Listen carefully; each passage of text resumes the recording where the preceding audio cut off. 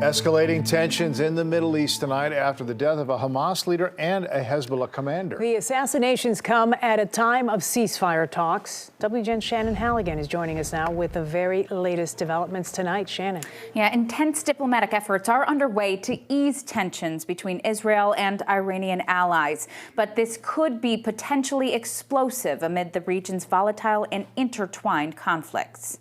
The assassination of Hamas's top leader in Iran and the strike killing a senior Hezbollah commander risks rocking the region at a critical time. Both Hamas and Iran quickly blamed Israel for the shock assassination that risked escalating into an all-out regional war. And the question really is, what next? And it looks like we're heading for very serious escalation, but this really is time for very intense diplomacy. Analysts say the killing of Hamas's top political leader, Ismail Haniyeh, was a pivotal moment in this conflict. The bodyguard assigned to Ismail Haniyeh was killed. He's Iranian.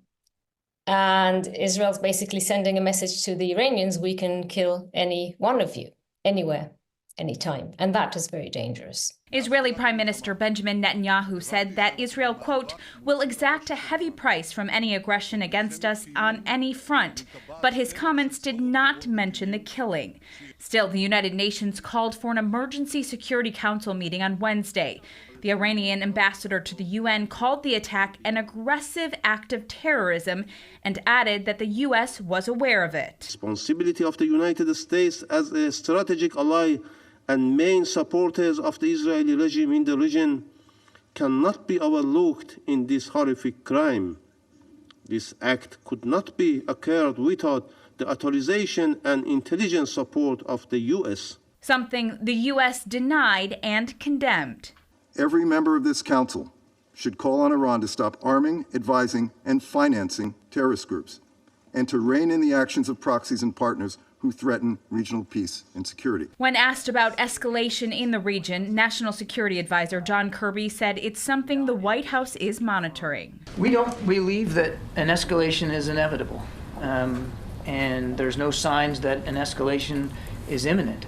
But I also said that we watch it very, very closely. I also said, and said again today, that this is something that we've been concerned about since the 7th of October. It's not like we're brushing off concerns at all. We're watching this very, very closely. U.S. mediators said they were making progress in negotiations for a ceasefire and hostage release deal in the war in Gaza. Now, these recent killings could prompt Hamas to pull out of negotiations. That's still to be determined. Live in the newsroom, Shannon Halligan, WGN News. So much more to come. Okay, thank you, Shannon.